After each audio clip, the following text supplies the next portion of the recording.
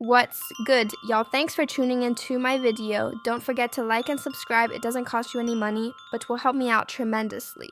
Thanks in advance. So we are back here for part 5 of Kim Porter's book.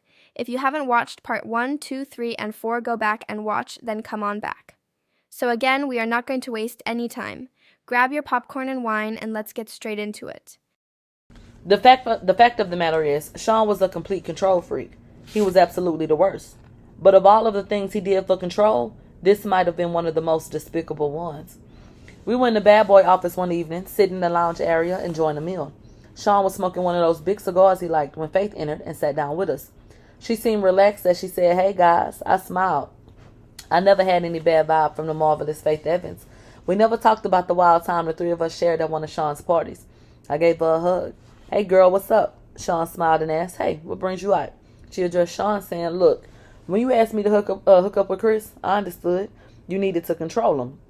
I felt honored that you would choose me to monitor one of your most valuable assets. Chris is sweet." Sean laughed and said, "Honestly, I knew you would be good. Make that big man feel love." "I don't feel good about all this, Sean." Sean got that look in his eye he gets before he blows his top. Faith saw it also, so she treaded carefully. "Sean, you know I'm as loyal as they come." Sean leaned forward, unintentionally threatening, and said in a low tone, "Yeah." "But Sean, Chris and I had a child together." Sean leaned back. He let out a deep breath. "I'm going to take care of you. You're not like Chris. You loyal." Faith had a tear in her eyes. She responded, "He didn't have to die." This is getting very touchy. Did she know? Did she suspect? Was this her trying to find out if Sean intentionally killed Biggie? I wanted to ask, but of course there was no way of doing that. This is so crazy. Sean sighed and replied, "He didn't. Don't get me wrong, I miss him. But he was leaving me anyway. No one cares about my pain." Classic narcissistic Sean. It's all about him. I was sickened for a moment. But his next sentence made me feel for him anyway. I wanted to share all of this with him. He was my man. Faith couldn't hide the anger that flared in her eyes, but she knew who she was talking to. She was careful as she spoke. "Sean, you have your friends you share things with." Sean sat forward again, this time with malicious intention, as he queried, "What the fuck is that supposed to mean?" "Chris had no one. Only you." Sean lost it. "That fat fuck and that other piece of shit I had you fuck?" I interjected while in shock. "You had her fuck Pac?" Sean glared at me as he answered, "Yeah, fucking Pac. Those motherfuckers was gonna try to start their own label and compete with me. Me. After all I did for that fat fuck, I wasn't using my resources to protect that motherfucker. No fucking way." As Faith started to cry, Sean looked at her and softened slightly. He spoke a little calmer. "Look, I didn't hate him. I was hurt, but I didn't hate him. I'll make sure that you and CJ taken care of." Without words, Faith got up to leave, and as she turned, Sean spoke softly. "Faith." She ignored him. He called her again, "Faith." She exited quickly. Sean just looked at me and said, "Damn." I really didn't know what to say. Sean just told Faith that he didn't protect her husband because he was going to leave Bad Boy. From a business perspective, I didn't disagree with Sean there.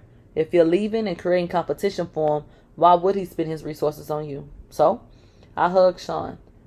But I also knew that he didn't have to send Chris to California.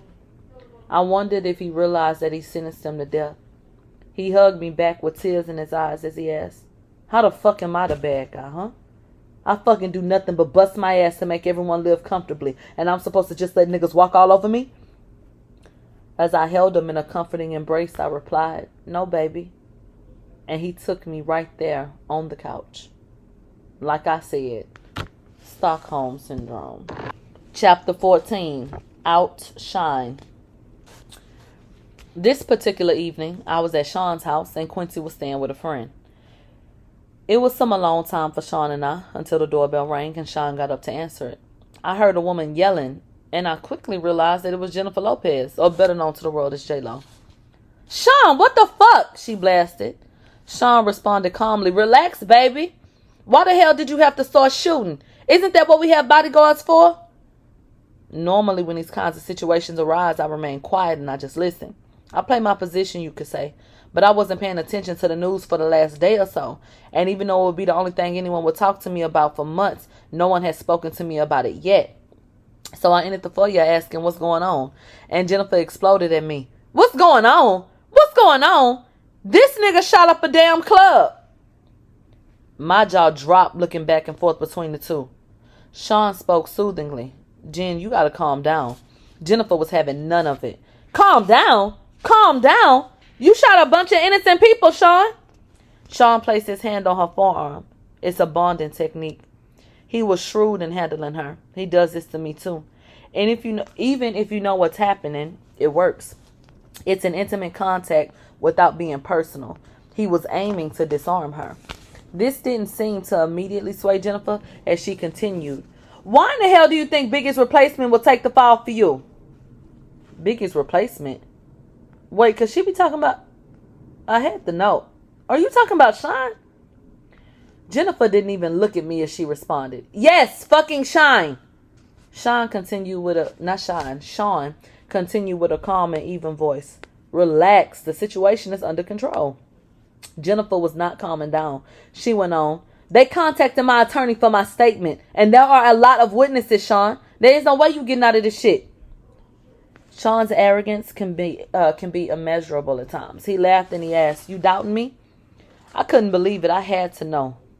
Sean, what could you offer him that would make him do a bid for you? Like, what the fuck? Jennifer also remarked, and what if he falters halfway through his sentence and starts talking? Sean responded as calmly as ever. He won't do that. People in jail don't cross-connect the people on the outside. Jennifer looked deflated. So you'll kill him too? How much does she know? Look, I'm not going to threaten anyone. Sean is smart and loyal. He knows how it works, and when he gets out, he'll be well taken care of. Jennifer spoke defiantly. Sean, they want to question me. I'm not perjuring myself. I'm not going to jail over this. Sean seemed so in control. I admired him for it at this point, but my spirit was broken. I felt bad for Jennifer. She catches one bad break after another, and this was a really bad break. Sean spoke with confidence. Relax. Come in and have a drink. Have your lawyers call mine. You'll never see the witness stand, I promise. Jennifer wasn't so sure. She asked him, how can you possibly know that? Sean smiled as he replied, between Sean's confession and the witnesses that gave their accounts, the cops won't need much else. The statement from your lawyer will be just fine. Jennifer's next concern popped up, and she explained, my attorney, Sean, he's good, but he won't do this. Beaming with confidence, the way only a man with his net worth can, Sean responded, sure he will. Jennifer shook her head defiantly as she responded, Sean, you don't know him. Sean's unbreakable confidence was ruling the day. Jennifer was giving in as he told her with a smile, I got this. Sean, are you sure? Sean gave a wink.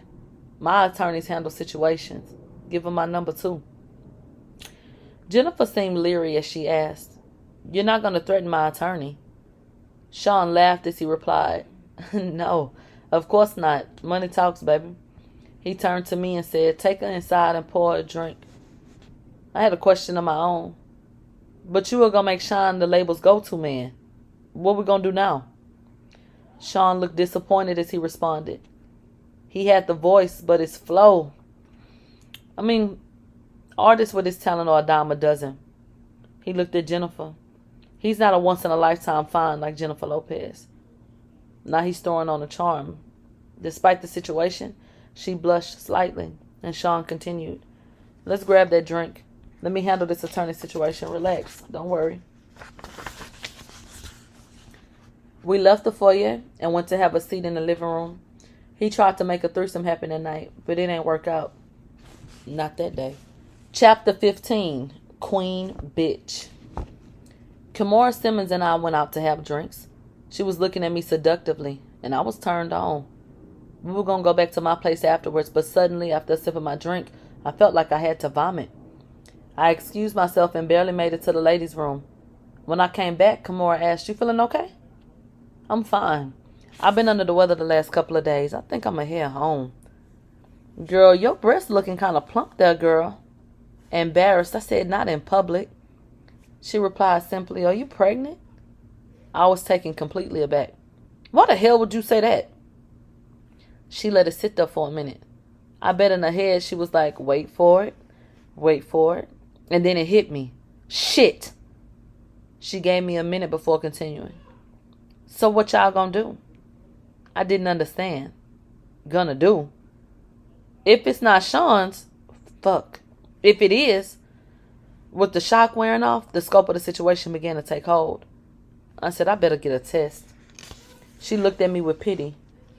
Damn, girl, good luck. After what he did to Chris, I wouldn't want to be in your shoes. The desire that was in her eyes before I got sick was all but gone. As I began to stand, I realized what she said to me and I paused. She looked at me flatly and said, ain't nobody stupid, girl. I didn't know what to say. The question still lingered in my mind despite everything I knew. Did Puffy intentionally kill Chris? She brought me back to reality and to the moment by saying, go.